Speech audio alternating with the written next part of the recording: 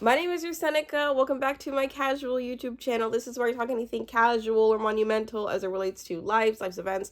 Today we're going to be talking about life's TV shows, Love is Blind, Season 7, Episode 12, which there are a lot of things to unpack here. And I'm actually very excited to talk about this as it relates to what we've seen in the past about Love is Blind, like family dynamics, especially like Black family dynamics, Tyler Tyler's whole entire situation, which we just got an update from Brie on.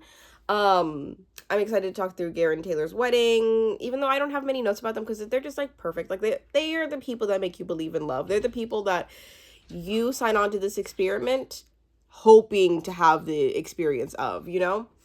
And then also want to talk through, of course, what we're going to start with is Marissa and Ramses. When a guy tries to get you to break up with him, so he just tells you in all the ways that he just doesn't feel right with you and doesn't list anything about himself as to why you're breaking up. Oh, let's just get into it. Okay. Also, I hit 1,000 subscribers. Thank you so much to everybody who subscribed. I really appreciate it. My Love is Blind episodes tend to do very well, but I also do just talk normally as a regular person. So if you like my channel, take a look around, potentially subscribe if you like, whatever. But I'm so appreciative of the 1,000 that have, and it's like, what? Oh my God, thanks. So, okay. Ramses and Marissa. So we start off seeing that Ramses and Marissa are in contention, and they left off from the last scene of the last episode that we saw because Ramses spoke to his niece's mother.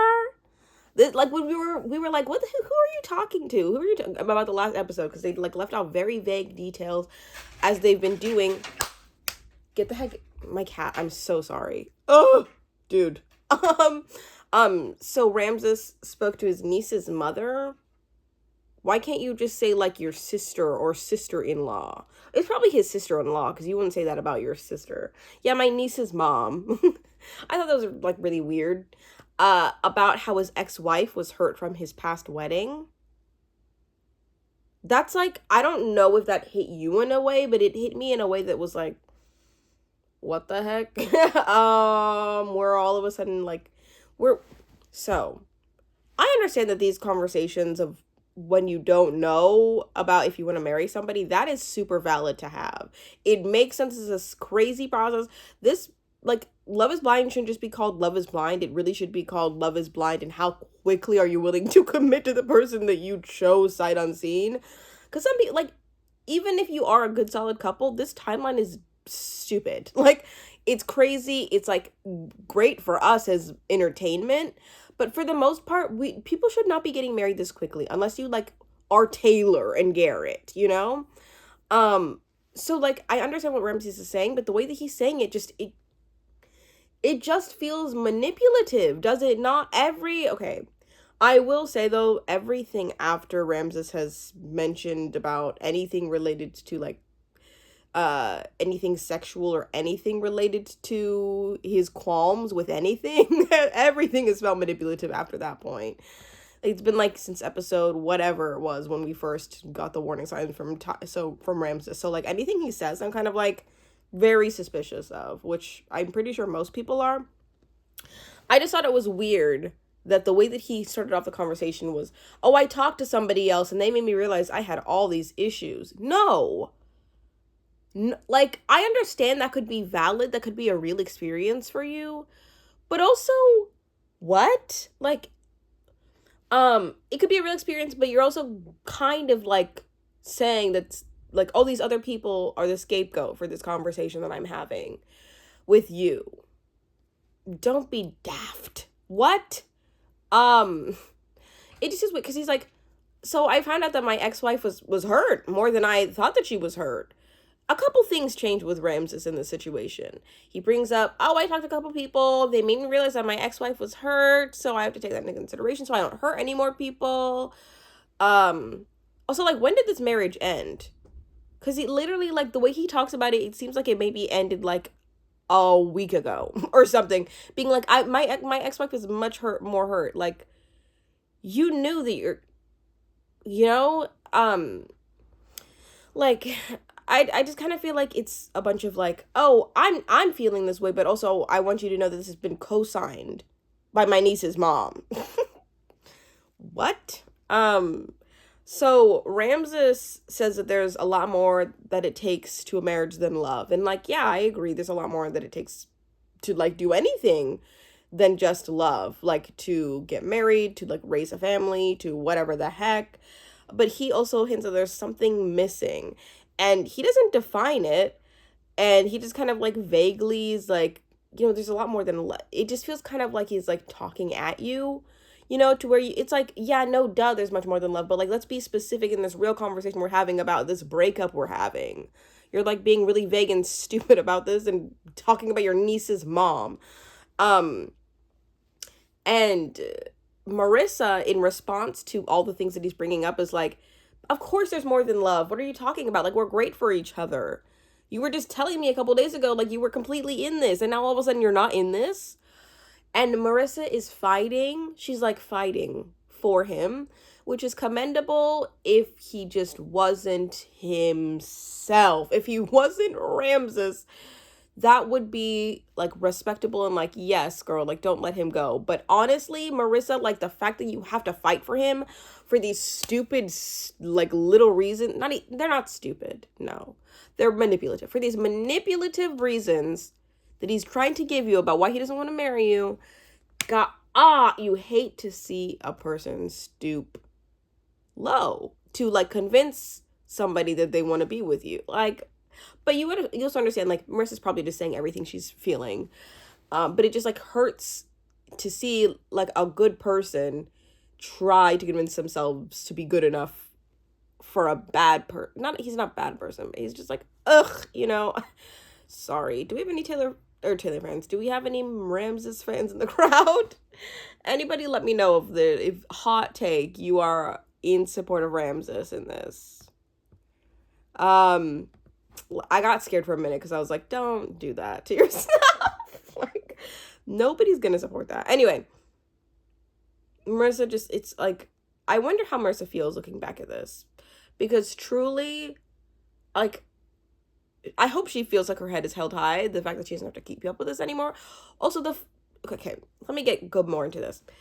So Marissa points out that she's like, so there's all these things that you're feeling, but you've been hiding them under the rug. All of a sudden you're telling me about all of these things, but can I know what they are? And the audience says amen. Because what are we talking about? Like, this whole conversation feels like it feels weird to the audience, but it's also probably like you think that Marissa's more caught on, but she's not. She's just as confused as we are. So then Ramses says that it's an energy problem.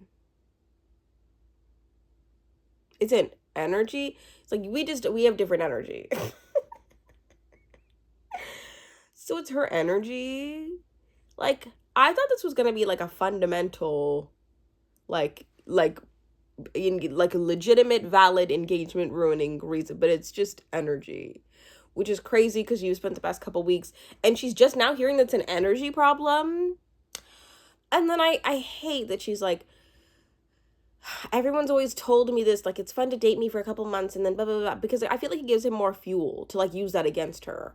And he's like, yeah, no, we need to reassess that. That's why people don't want to get married. Like, it feels like he would do that type of a thing.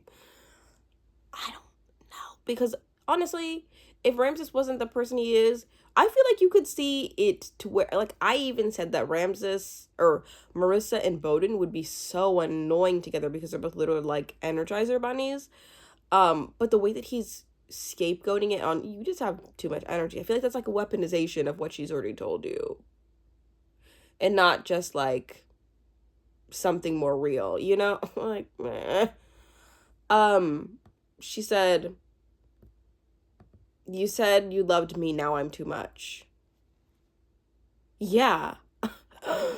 She hasn't like changed out of the pods or like when they're around each other, but all of a sudden it's now a big issue. Like, I really want to emphasize, it is fine that he does not want to go through with this. This process is insane. It's crazy. And I don't mind when people don't make it to the altar because it saves people some time. But at the same time, also us as the audience is like, dang it! We love to see a no. We love to see a no. But as a person, you have the right to just call something off and you know it's not right. But the way that he's saying it feels manipulative, okay? I feel like I've already stressed. I need to stop stressing that. She's then after he says, you said you love me, now it's too much. They talk a little bit and she goes, I think you should not have come on this experiment. And the crowd said amen, because why did you come? It feels like yeah, he came on this experiment, he got engaged, he wasn't really mentioning anything about her energy before. He even said, yeah, her energy's like a lot, but it's like not too much. Beforehand, like when they were chilling with their friends. I just do not understand why he's all of a sudden using it as like the reason that they're being break. Everything about him feels inauthentic. So as she's processing this conversation, as we are processing this conversation, she's like, you were in love with me 2 days ago. And now this is just ended. This is insane. Are you sure? Are you sure? I feel so bad that she's just like grasping at straws, being like, are you sure? Are you sure? And he's like, there's nothing to be said. Get that. Ew! Oh my God, get out. You make me ill, actually. He's trying to make her the problem, in my opinion. Let me know if you disagree. I will be open to it. Like, I am open to being wrong. I'm open to for like things to be viewed a different way. Well, yeah, I should probably stop saying I'm open to being wrong, because it's like just the way that it hits me. It's not like wrong or right. It's just the way that I feel. But like, okay. The fact that he said there's nothing to be said. Yeah, there's a bunch to be said. Like, you just ended a whole entire engagement, a potential wedding, and I'm out here asking you what the heck happened, and you're saying there's nothing to be said. That to me felt like it was very overtly like, oh, you just were waiting for this to happen, right? And now that it's like happening, you don't want to talk about it anymore because you're like over this. You're evil. Yeah. Like, the last video that I posted was men are evil, but women are annoying. And like, I feel like I feel like they are they are this personified. Like, she's annoying and he's evil. I feel like I'm going really hard actually on him. And there's really, it's hard because it's like he's so subtly like deceptive. That's why this is like, that's why I feel like he's evil. I feel like it's harder for me to feel confident saying that because it's like he's so subtle about, So Marissa's really hurt by this, and she even calls her mom at the end, and she is saying like, we're breaking off the wedding. I'm so hurt. And this is not good of me to think, but like, no wonder her mom, which I don't like her mom, okay? I don't think a lot of people like her mom. I don't think anybody really likes her mom. I don't think her mom likes her mom. Her mom likes herself. I don't think that. But like, no, like if Marissa is after every single breakup being like, oh, mom, it happened again, which I'm not making fun of her. No, I am. No wonder she's like, I'm gonna cut his balls off. I'm gonna cut him off, because she's probably tired of Marissa getting these situations. And then after they end, Marissa being like, mommy, cut it off. Which is, I felt bad for a minute for making fun of it, because it's like, that's what you do with your parent. Like, that's what you do with people in need. You call them when you're like down. But it also feels a little bit like, it felt a little bit like a teenager-ish, And I'm not saying that having raw feelings of being disappointed and hurt, like, she was so hurt. Oh, I could feel her pain. Like, I've been in those moments where she's just, like, uncontrollably crying. But to me, it felt like when she called her mom, especially because we know her mom. Like, your mom is not a safe space for you to go to. So also, like, why are you being like, he hurt me here? Because then you're going to take that instance, and she's like 30, she's like in her 30s, not to shame her for having these feelings, but then the next guy, Marissa's mom, is going to be like, you better not hurt her, because literally Marissa's like calling her mom over these things being like, I'm so, did it not feel like a little bit like teenager-ish? I don't know. I don't know if that's me being too judgmental, but it just kind of hit me in like a, ugh, girl. Oh, but at the same time, she is really like, what, this was like the guy that I thought was going to be my husband, and we were perfect. Like, we're perfect. Um, I've already said pretty much all of my feelings on this. This is annoying because Ramses is like, I don't like him, so it's hard for me to be like, so sorry, Marissa. It's like, girl, thank God this ended for you. I wish, though you wish it was Marissa who ended it. You wish it was Marissa who ended it, but of course, Ramses had to have the last say, and he was supposed to be the one in the power position. Of course he was supposed to. Oh, excuse me. Oh my God. Okay, so we're down to 2 couples then. So we have Ashley and Tyler. We will get into this. And Taylor and Garrett. So we have the bachelor party. This bachelor party is so much better than all of the past bachelor parties of Love is Blind. If you remember, I think it was even maybe like last season or the season before, some guys literally looked like they were in some like empty space and just like hanging out in this empty space. It's like random venue, and these guys just got to like talk around this venue like nothing even happened.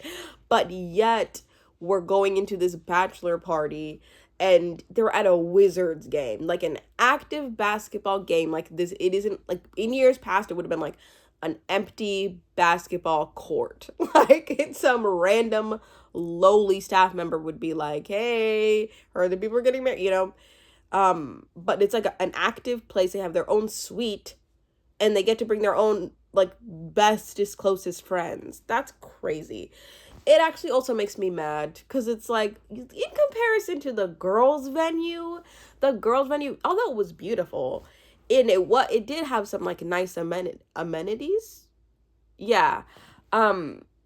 It wasn't a Wizards game. Like, why can't the girls, but maybe the girls also requested it. Maybe the girls requested like a kind of like a nicer, more low-key thing.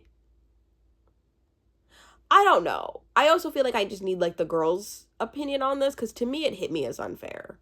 Kind of hit me as like, what the hell? Like, why are these guys getting like the day of their dreams?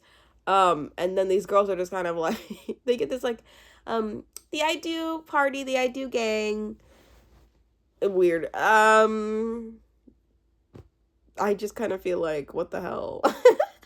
And I also was just annoyed because, of course, they go on to like the court and they do this like, what's it called? Like the chair game, the chair game. And they do this thing, and then Tyler wins the game, and that made me salty because of what we know about every single thing about Tyler that I'm going to be talking about is informed by the fact that Bree shared what she shared with us. Bree is his baby. I don't want to call her baby, the mother of his kids. Okay, that's legitimately what is the mother of his kids.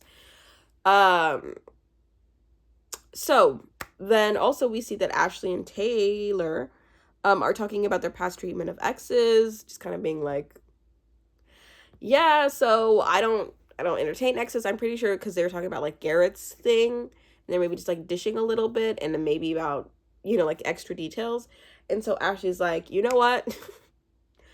I don't even talk to my exes. I just pretend like they're dead. Girl, Tyler does the same thing. He just does it with his kids. Anyway, I hate to say the quiet part out loud. It feels so rough, but it's just too true to just leave it out there. Oh, God. Okay, so then we have Ashley and Tyler's wedding. There's really not much to be said about the bachelor and bachelorette parties. So Ashley is so excited because she's speaking about how she's dreamt about this day since she was a child, about how lucky she is, about how she has no kids now, but about how she's about to have kids in store for her. She's about to be a stepmom, but she doesn't know it, unbeknownst to her. So just like the fact that she's going off and she's, like, I wish for this day, the quality of men that I have had have not been great, but I finally found the one. I'm living my fairy tale.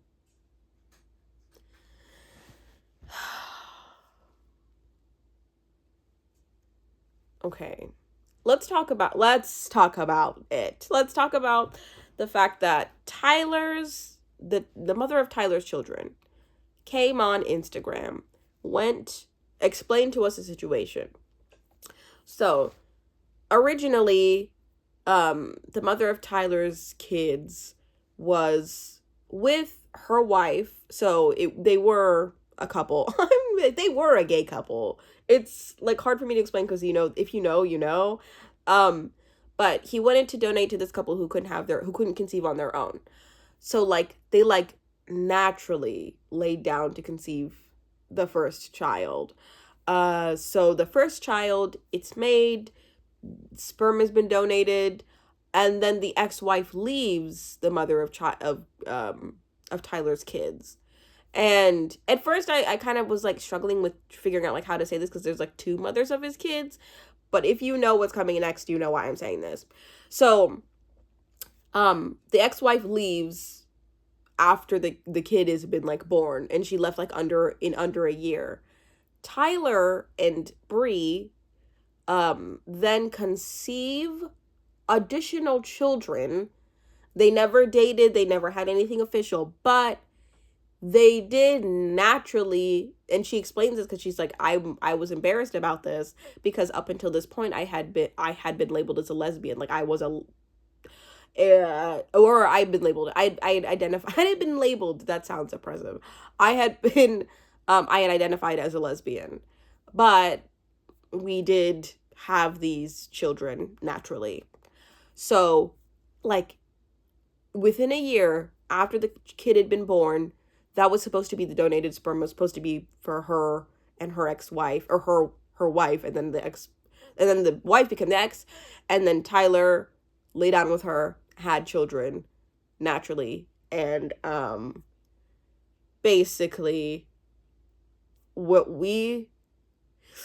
the audience is saying is that like, oh, well, those are just sperm babies. They're not just sperm babies. That's so disrespectful. Sorry. We thought it was just donated sperm, but it's like those are his like legitimate kids because he laid down with this woman, had the kids, no donated sperm, no contract, no nothing, just a moment. I'm assuming a moment of passion, and those are his like kids. And so right now they have a custody battle going on because, and she mentioned this too, the mother of Tyler's kids said, the first one, like, yeah, that one could be viewed as like, that's debatable as to if it's his. It was me and my wife's and originally. But those other kids, the twins, they're his. Which is crazy. That's all I know. Okay. I only watched a video from Bree. I think like the ex-wife came forward and said something. I haven't watched that video yet. I will, but there's some things I'm going to be missing for sure about this. So it just makes you think, how the heck is Tyler coming onto this show saying, they don't know what I look like. You laid down. I don't know. No, I do know because I trust. It's so crazy for me to be like, yeah, I trust what Brie is saying. We don't know her. But at the same time, like, I do trust that situation. That's also really embarrassing and probably very difficult for her to come forward and say, oh my God. But the fact that it's like crazy to see somebody like Tyler just being like normal, like treating like this is normal. So, okay, let's go back into this situation and I'll make my comments about what the heck has happened. So Tyler said he didn't sleep at all. Yeah, you're probably racked with guilt as you should be. You thinking about the fact that you just haven't seen your twins or introduced your new wife, your fiance, to your twins who you laid down and had children with. Like, you should be tortured. So then Tyler, and his friends are like, look at you. So you're gonna have children? Even though you already got 3? Like, you're gonna have some more kids. It's crazy also that, like, Tyler's friends probably know about this. And Two Black Girls, One Rose was talking about this when they were doing their recap, about how it's crazy that Tyler's friends just came on this show and they're just, like, playing into the facade that Tyler was laid out for them. What the hell? I'm flabbergasted. Woo! Okay, so, like, did Tyler specifically say, like, hey, don't mention the kids? Don't you mention the kids, please. Tyler's friends, also, one of them came to his defense, but didn't really say anything, honestly. Like, he literally was like, hey, I can't let Tyler, like, be slandered like this. He's not perfect. Yeah, okay, you told me all I need to know. You're gonna use the he's not perfect to be, like, easy on him. But, like, we need more details than that. Like, we do. I feel bad about the fact that the internet is, like, really hateful and really making the situation worse, probably. But for the most part, we need to hear from Tyler on this. Stop defending your friend. What the hell is going on here? So, Ashley's friends and her talk, and they get ready, talking about the quality of men, and about how a quality of, like, men that she's had in the past, where she didn't feel like she was going to get married, and now she has, because she found the person of her dreams. You hate to see it, dude. So, and she's also talking about how her dad is lucky to be here, which I didn't know there was, maybe I missed it beforehand, but I didn't know that she had some issues with her dad in the past. But she's talking, about her past disappointments and emphasizing her dad's past, and her mom commends her and says, you know, you could be angry, you could be hurt, you could, you know, like, have all of these things against him, but you chose to heal from this. And I want to know, like, what the tea is between the dad and Ashley's mom. But, like, I want to talk about the themes that are just so apparent every single season of Love is Blind that I'm kind of, like, I feel like I need to be sensitive over, of how many Black families come on. And it's always, like, the dad is, like, a figure that's either not welcomed or there's a bunch of hurt there that they have to talk through. Like, they have to talk through it and be like, you know what? Dad wasn't there for that. Dad wasn't there for us. Dad ain't. It's like, he wasn't present. He cheated. Like, there's a bunch of cheating, deceptive men that seem to, like, it seems to be kind of typical within Love is Blind, where, like, a Black father will be kind of, like, a point of contention because it affects a son or a daughter, and that really shows on the wedding day. And it's like, this is extra sensitive because Tyler is doing that. Like, he is making generational curses himself in the fact that he's leaving out information for Ashley. And Ashley, if they have, I hope they don't have any kids ever, but if this happens to Ashley, she's, God, you know, it's so disappointing, like, every season, to cover these families that should, like, have, like, the chance to grow and to heal and to be honest, and these conversations just, like, keep happening, and I get generational trauma, and I get, like, my cat is about to kill me, oh my God. If you hear anything from the background, please just ignore it. Oh my God, please. My cat's just using her litter, and there's, like, a door from, like, the litter box area that, whatever. It just, like, kills me that we keep having this conversation, you know what I mean? But it's also valid because there's so much generational trauma, there's so much hurt between all of these people that I don't want to be just like, why can't we just do better? It's like, it goes so much deeper than just, oh, they could just, like, act better, they could just heal better, they could just break generational curses. I know it's not that deep, but at the same time, like, my God. it's, I don't know, like, let me know how you feel about that in the comments. So then Tyler's mom catches up with Tyler. He's about to throw up. Tyler is like nervous. And I would just like for this moment, if the reunion wasn't shot yet, or if the reunion was shot later, for what's her name? Is it Vanessa? Yeah, Vanessa and Nick to be like, so were you like racked with guilt and shame about the fact that you lied about your familial situation and that's why you were having trouble getting it together on your wedding day when your bride was so incredibly happy to just to be committed to you? Is that what was going on? Explain that for us, Tyler. Why were you so sick on your wedding day? Let us know. Were you thinking about the twins and the fact that you hadn't invited them? Or what? I'm like, I just feel like I activated myself. I'm pissed off. I am. So, I lost my place in my notes. I apologize. So then, they're walking down the aisle. The mother, also, her mother is so beautiful. It's crazy. Her mother gives her away. I am so in support of that. I feel like more mothers should be giving away daughters because mothers teach their daughters everything they know. And the dad just there was like to support. And as much as this was a unique situation to where the dad, what we've been told, just didn't act right, I am very much in support of like mothers being given away or like both parents giving away their daughter. Because it's like, it takes two people to raise a child. Why is it typically the father giving them away? I think that's a sexist tradition that needs to die. I do. Let me know if you agree or disagree. So, both Tyler and Ashley say I do. Like, you want to be happy, but I can't.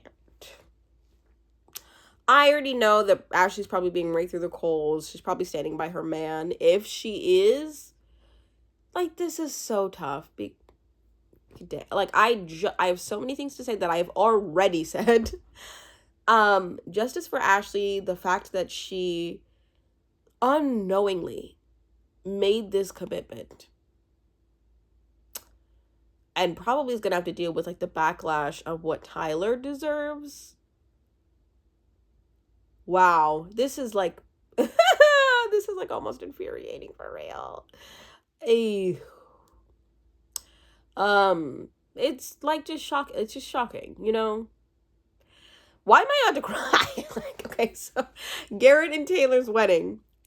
This is like, dude, I have a couple notes about there, like a few.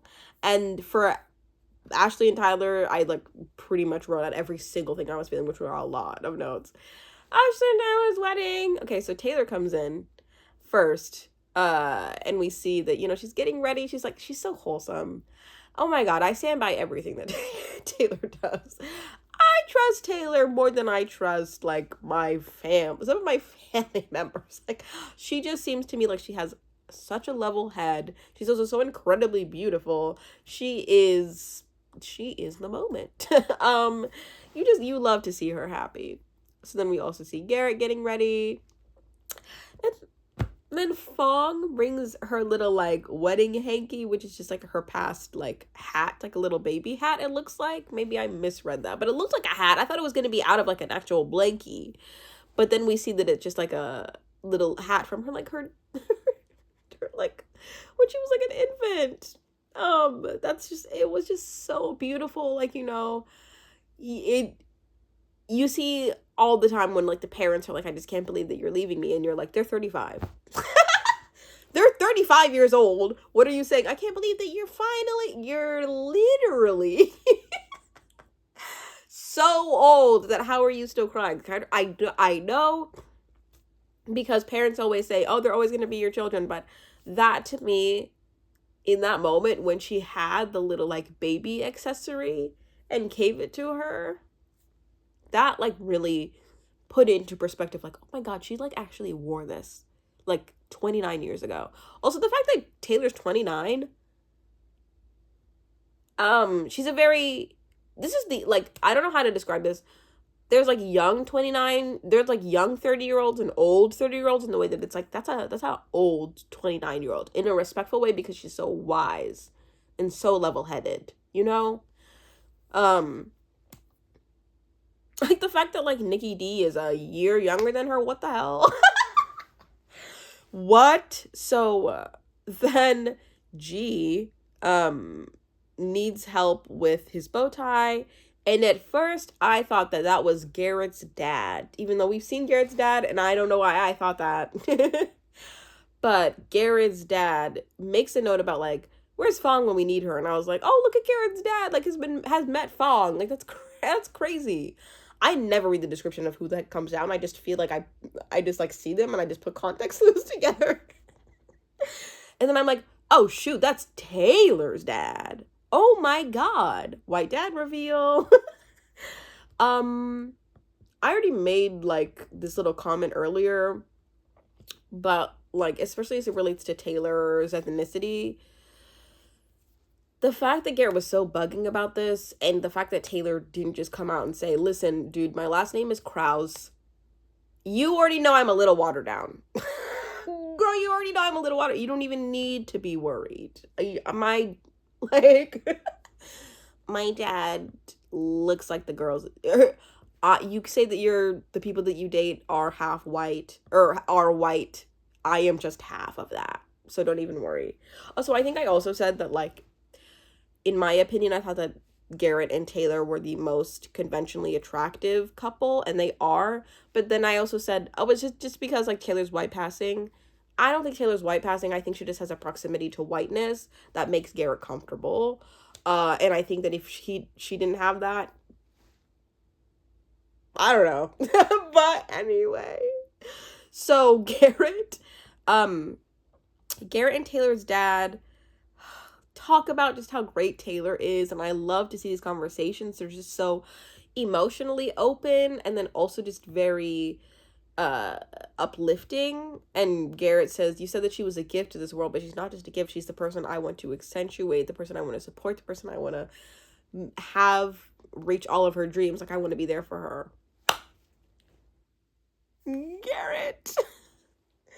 Garrett, you beautiful, beautiful man. Wow. I love to see a man who just really, like, not view a woman as just this thing that's been given to him, and just like truly, truly a partner. Oh my god. Okay. You know, and it's okay. So then we have Garrett and his family talking about the heaviness of this decision. You know what?